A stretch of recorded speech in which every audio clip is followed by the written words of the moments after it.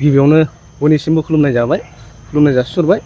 दाख्लैनि थांनाय 3 थारिख खालि जानाय मोनानि 10:35 10निफ्राय 11:00सोनि गेजेराव हरनि बेनि जाथायखौ लानानै माखासे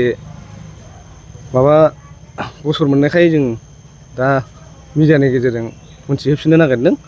दा थांनाय 3 थारिख खालि जोङो हरनि 10टा 10:30 बिनि गेजेराव जों ओंखारलांबाय थानायाव मोनसे स्करपिय' जों थांनायाव मोनसे टार्निं दं। बे टार्निंआवहाय जोङो न' फारसे थांबाय थानायाव मोनसे स्करपिय' गारि फैनानै ओंखारबोदों। बे स्करपिय' गारिया S16L 8522 जोङो गियान बसुमतारिजों आंजों न' फारसे थांगासिनोमोन। जोङो बाइकजों सालायनाया आं सालायदों, ओमफ्राय स्करपिय'आ माने फैनानै ओंखारनानै गोदोनायाव हमफैदों आंखौ, मा दादागिरि होननानै आंखौ। दाना बिसोरथ' जौ फेजोबखानाय, स्करपिय'आव साब्रै साबा दं। ओमफ्राय स्करपिय'आव साब्रै साबा, जों सानैल' गिबाय जोङो। ओमफ्राय एसे नारा नाथा जालायबाय। ओमफ्राय बिदिनो होख्राव एसे गन्डगल जानायाव मानसिफ्राबो गेदारिं जाहैबाय। दा बेयावहाय माने मानसिफ्राबो गेदारिं जानायाव बिसोरो खारदों। बिसोर खारनायाव माने जोङो बिसोरखौ होसोआखैबो, बिसोरखौ जेबो माबा खालामाखै। ओमफ्राय दा बिसोर होनदों सिलाइ थुदों मादों बेबायदि होनदों। दा गियान बसुमतारिखौ सिलाइ थुदों मादों होनदों। ओमफ्राय आंखौ जानायाबो आंबो दङ नालाय, माने जोंथ' थांफाजोबो बेखौ होननाया माने आंजों थांफादोंमोन मोनायाव बियो। ओमफ्राय बिदिनो गावसोरखौ थिखोनानै सिलाइ थुदों मादों बेबायदि खोथा होनदों।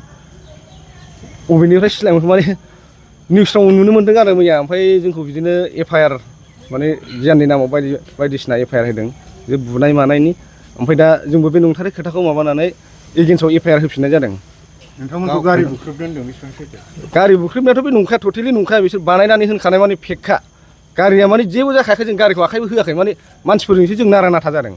बिसिनि बबेहाय फार्म हाउस दं, बहाय मा दं, जोंहा जेबो माबा गैया। जाथाय जाखांनानै बे मानसिफोर फोरसा जानायाव जोङो रुम फारसे न'आव थांलालै होननानै रुम फारसे जों आवगायबोफिनदों, न'आवबो थाङाखिसै जोङो। बिनि देहायाव जे बुजानायनि आघात मोननाय जादों, बिसोर आघात मोनदों। गावहा जौ लोंनाय मानसि, सोरजों मा जाहैखो बेखौ जोंथ' बुंनो हाला। माने गाव सोरजोंबा आरो जोंजों जानाय बादि जाहैदों जागोन।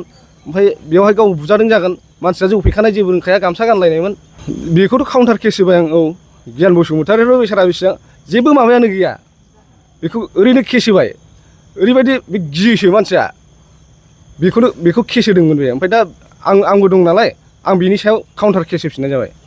जायखिजाया नोंथांमोना बिनि देहायाव मोदोमाव आखाइ जों मोदोमाव आखाइ होआखै, खुनु माबा गैया बेहाय। खिन्थु गाव जौ फेनाय मानसि सोरजोंबा बेबायदिनो जाहैबावदों खोमा, जोंजों जानाय बादि। बिसोरजों जादों खोमा, फार्म हाउसआव थिखोदों मादों होनदों, बे गासिबो टटेलि फेक। ओरैनो नोंसोर लोगो मोननाय जाथाय जानाया बहा? लोगो मोननाय जाथाय जानाया बे NRL पेट्रल पाम्पनि अपोजिटआव, अरुप कुमार दैनि माबायाव, खाथियाव हाबजेननाय माबायाव। सिनायलायखायो नामा नोंथां? सिनायलायनो माने बिसोरो जों जेबो सिनायलायनांगौनि माबायानो गैया, सिनायलायाबो बेखौ। ओरैनो गोरोन्थिया सोरनि बेयाव? गोरोन्थियाथ' टटेलि बिसिनिखा। ओंखारनानै माने गोदोनायाव हमग्रोनानै नारदों। ओमफ्राय बिदियावनो एसे नारा नाथा बेबायदि जादों आरो। खिन्थु बायद'आव होननाय बायदिब्ला नोंथांमोना बबेनि दादागिरि होननानै बुंदों नोंथां? बिसोरसो बेबायदि होनदों, माने बबेनि दादागिरि, सोरनि मानसि बेबायदि बुंदों बिसोरो। माने सोरनि मानसि, सोर दं लेंहरजोब बेबायदि खोथाखौ होनदों।